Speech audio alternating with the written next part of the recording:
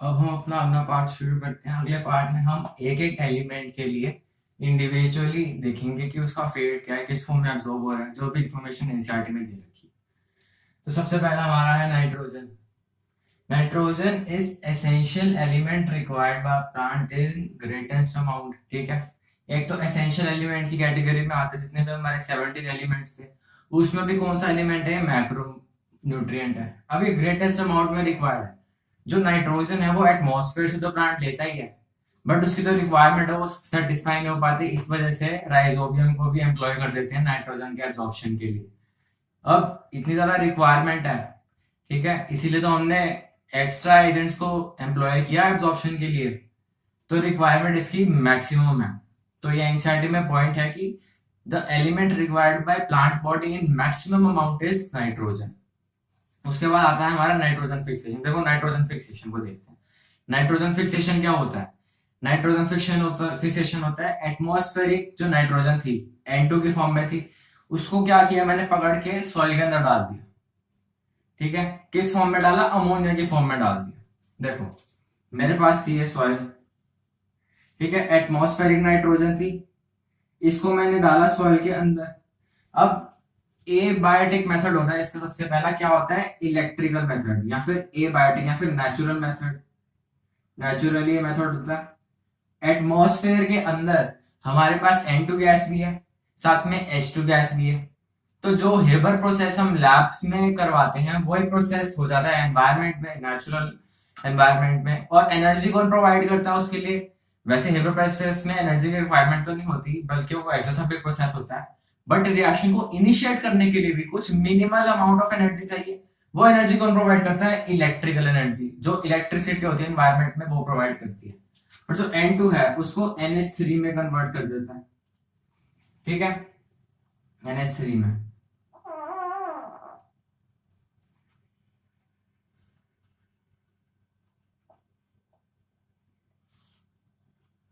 एक तो ये हो गया।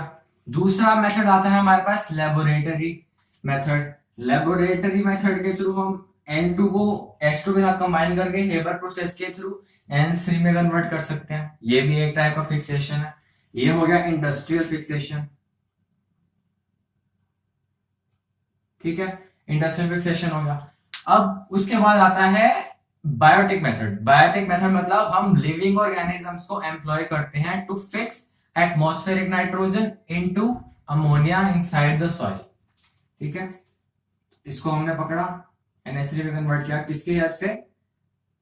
बायोटिक फैक्टर्स, जिसके अंदर हम राइजोबियम वगैरह ऑर्गेनिजम्स को एम्प्लॉय कर देते हैं।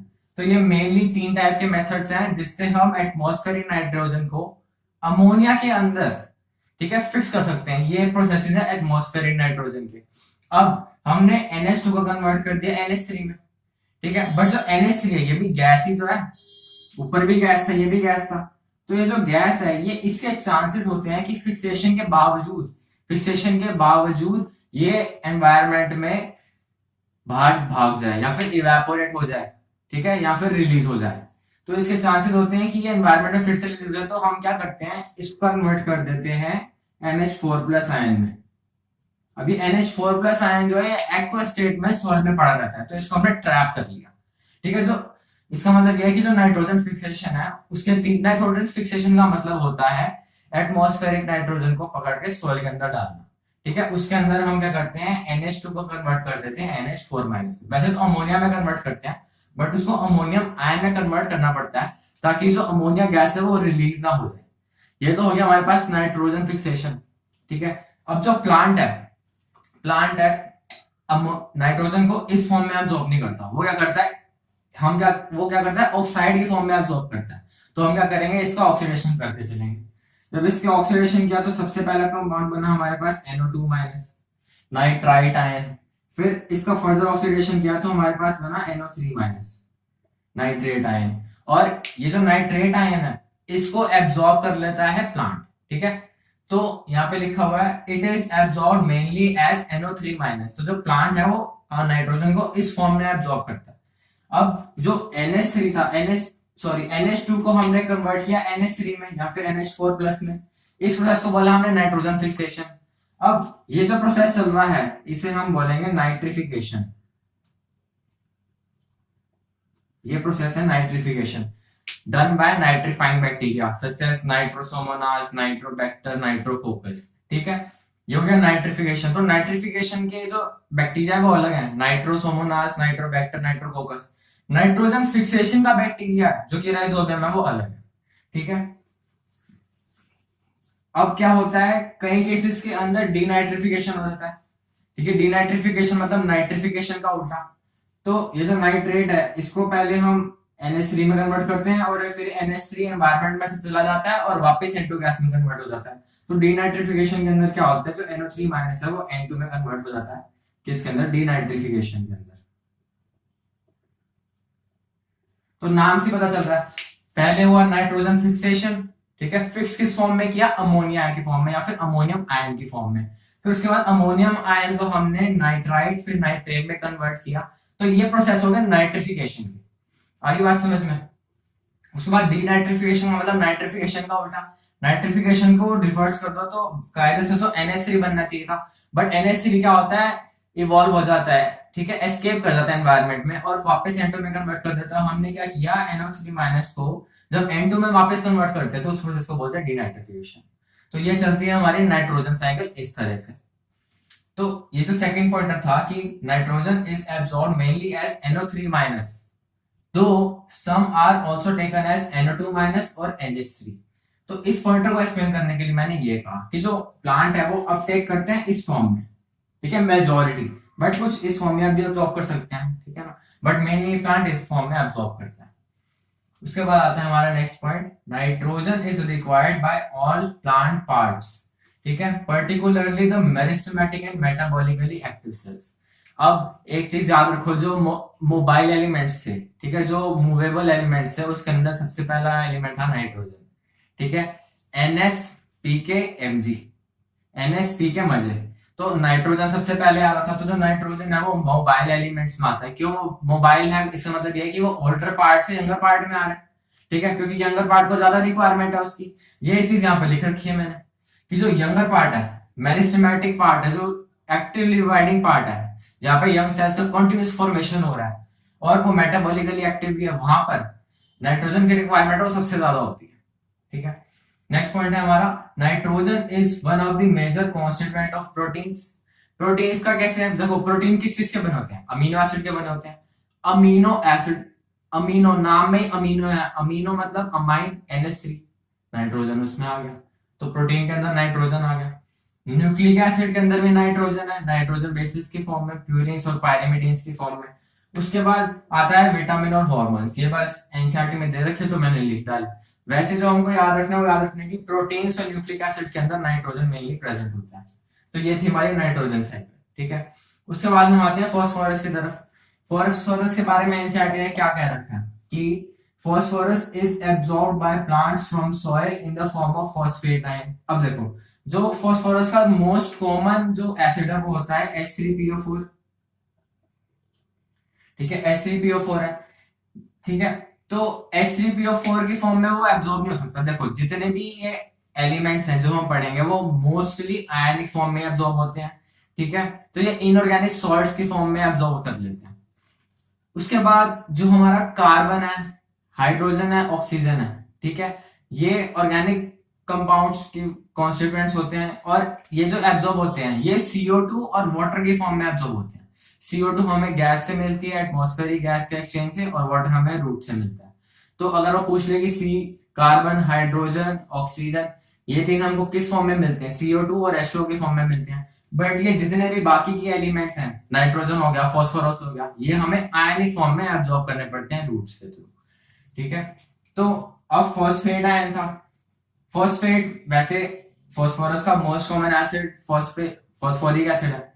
अब हमें इसको आयनिक फॉर्म में एब्जॉर्ब करना था। हम चाहते नहीं थे आयनिक फॉर्म में एब्जॉर्ब करना क्योंकि नेचुरल स्टेट में इस तरह से मिल रहा था, बट मजबूरी है कि आयनिक फॉर्म में एब्जॉर्ब करना। तो हमने क्या किया, इसमें से एक हाइड्रोजन हटा दिया। तो हमको क्या मिला, H2PO4 माइनस। साथ ही ऐसे ही हमने एक और हाइड्रोजन हटा दिया, दो हाइड्रोजन हटा दिए, तो हमें क्या मिला, HPO4 माइनस 2। ठीक है, तो एनसीईआरटी में लिखा हुआ है कि ये इन दोनों फॉर्म्स में एब्जॉर्ब किया जाता है। ठीक है, नेक्स्ट पॉइंट है हमारा कि phosphorus is a constituent of cell membrane. Cell membrane का कॉन्स्टिट्यूएंट है। सेल मेम्ब्रेन किस चीज की बनी होती है? लिपिड बाइलेयर की। लिपिड कौन सा होता है? फॉस्फोलिपिड। नाम में ही आ रहा है फॉस्फोलिपिड्स, तो फास्फोरस जो है it is a major constituent of cell membranes. Next हमारा पास आता है सर्टेन प्रोटीन्स। प्रोटीन्स के अंदर भी फास्फोरस देखने को मिलता है। उसके बाद आता है न्यूक्लिक एसिड। न्यूक्लिक एसिड के अंदर तो हमने molecular basis of inheritance chapter में पढ़ ही रखा है कि जो डीएनए होता है ये हमारी शुगर होगी, फिर यहाँ पे नाइट्रोजन बेस लगा होता है, इसकी जो फिफ्थ पोजीशन है, फिफ्थ पोजीशन के ऊपर हमारा फॉस्फेट लगा होता है। तो न्यूक्लिक एसिड के अंदर भी फॉस्फेट होता है और साथ ही साथ न्यूक्लियोटाइड के अंदर भी फॉस्फेट होता है। याद रखना, अगर न्यूक्लियोसाइड लिखा हुआ है तो न्यूक्लियोसाइड के अंदर फॉस्फेट नहीं होगा, पूरे न्यूक्लियोटाइड के अंदर ही फॉस्फेट होगा। आगे बात समझ में? अब यहां तक समझ आ गया। अब नेक्स्ट पॉइंटर दे रखा है कि phosphorus is required for all phosphorylation reaction. Phosphorylation का मतलब होता है एटीपी का सिंथेसिस। फॉस्फोराइलेशन में क्या करते हैं हम, जो फॉस्फेट होता है उसको एनर्जी प्रोवाइड करते हैं। ठीक है, किस फॉर्म में? एटीपी की फॉर्म में। जो एटीपी होता है उसके अंदर फॉस्फोरस होता है, उस फॉस्फोरस को हम एनर्जाइज कर देते हैं। तो वो जो फॉस्फोरस था जिसके पास एनर्जी नहीं थी वो एनर्जाइज हो जाता है और उसको हम एटीपी कहते हैं। तो फॉस्फोराइलेशन का मतलब होता है कि production of ATP, energy formation. अब ये हमारे पास दो टाइप के फॉस्फोराइलेशन होते हैं, एक होता है फोटोफॉस्फोराइलेशन, दूसरा होता है ऑक्सीडेटिव फॉस्फोराइलेशन। सबसे पहले हम फोटोसिंथेसिस चैप्टर के अंदर देखते हैं। एक होता है फोटोसिंथेसिस चैप्टर के अंदर, दूसरा होता है हमारा रेस्पिरेशन चैप्टर के अंदर। ठीक है, अब फोटोसिंथेसिस चैप्टर के अंदर हमारे पास मेनली दो टाइप की रिएक्शंस होती हैं। एक होती है हमारे पास लाइट रिएक्शन, दूसरी होती है हमारे पास डार्क रिएक्शन। ठीक है, लाइट रिएक्शन में हमारे पास आ जाती है साइक्लिक और आ जाती है नॉन साइक्लिक। ठीक है, ऐसे डार्क रिएक्शन के हमारे पास आ जाती है C3 और C4। रेस्पिरेशन के अंदर हमारे पास ग्लाइकोलाइसिस आ जाता है, फिर आ जाती है हमारी लिंक रिएक्शन, फिर आती है हमारी ETS। अब देखो, जो लाइट रिएक्शन है, लाइट रिएक्शन के अंदर हम इसके प्रोडक्ट्स जो होते हैं वो होते हैं ATP और NADPH2। ठीक है, इसके अंदर हम एनर्जी का प्रोडक्शन करते हैं। आई बात समझ में? जो लाइट रिएक्शन है उसके अंदर एनर्जी का प्रोडक्शन करते हैं। फिर डार्क रिएक्शन के अंदर क्या करते हैं, जो डार्क रिएक्शन के अंदर CO2 होता है, CO2 को हम ये एनर्जी देते हैं ताकि CO2 एनर्जाइज हो जाए और जो वाटर है, वाटर का हाइड्रोजन ले ले। ठीक है, और ये हमारे पास कार्बोहाइड्रेट बना के देते हैं CH2O। तो इस प्रोसेस के अंदर क्या होता है, जो लाइट रिएक्शन है, लाइट रिएक्शन को हम बोलते हैं फोटोफॉस्फोराइलेशन रिएक्शन, क्योंकि इनके अंदर एटीपी का प्रोडक्शन हो रहा होता है। ठीक है, जो डार्क रिएक्शन है उसको हम फोटोफॉस्फोराइलेशन नहीं कहते, उनके अंदर एनर्जी का कंजम्पशन हो रहा होता है। उसके बाद है रेस्पिरेशन चैप्टर। रेस्पिरेशन चैप्टर के अंदर हमारे पास जो है, इसको रेस्पिरेशन चैप्टर के अंदर भी फॉस्फोराइलेशन ही होता है, बट ये होता है ऑक्सीडेटिव फॉस्फोराइलेशन, क्योंकि इसके अंदर क्या करते हैं हम, जो फूड हम लेते हैं उसके अंदर से एनर्जी रिलीज करते हैं, मतलब उसकी फूड को एनर्जी में कन्वर्ट कर रहे हैं, मतलब एनर्जी प्रोड्यूस कर रहे हैं एक टाइप से। तो प्रोडक्शन ऑफ एटीपी का मतलब होता है फॉस्फोराइलेशन। तो रेस्पिरेशन के अंदर होता है ऑक्सीडेटिव फॉस्फोराइलेशन, जो फूड है उसको ऑक्सीडेशन करके, उसका ऑक्सीडेशन करके हम जो एनर्जी बना रहे हैं, ठीक है, उस प्रोसेस को बोलते हैं ऑक्सीडेटिव फॉस्फोराइलेशन। और फोटोसिंथेसिस के अंदर हम लाइट की जो एनर्जी थी, लाइट की जो एनर्जी थी उसकी हेल्प से हम क्या कर रहे हैं, एटीपी बना रहे हैं। ठीक है, जो लाइट रिएक्शंस होती हैं उनके अंदर क्या होता है, जो वाटर की स्प्लिटिंग होती है किसकी हेल्प से होती है, लाइट की रिएक्शन, लाइट की एनर्जी की हेल्प से ही होती है। तो फोटोफॉस्फोराइलेशन के अंदर क्या कर रहे हैं हम, लाइट की एनर्जी, सन की लाइट एनर्जी को यूज कर हम फॉस्फोराइलेशन कर रहे हैं, एटीपी का प्रोडक्शन कर रहे हैं, प्रोटॉन ग्रेडियंट का जनरेशन कर रहे हैं। तो जो लाइट रिएक्शन है उसको हम बोलते हैं फोटोफॉस्फोराइलेशन, और जो रेस्पिरेशन है उसको बोलते हैं ऑक्सीडेटिव फॉस्फोराइलेशन।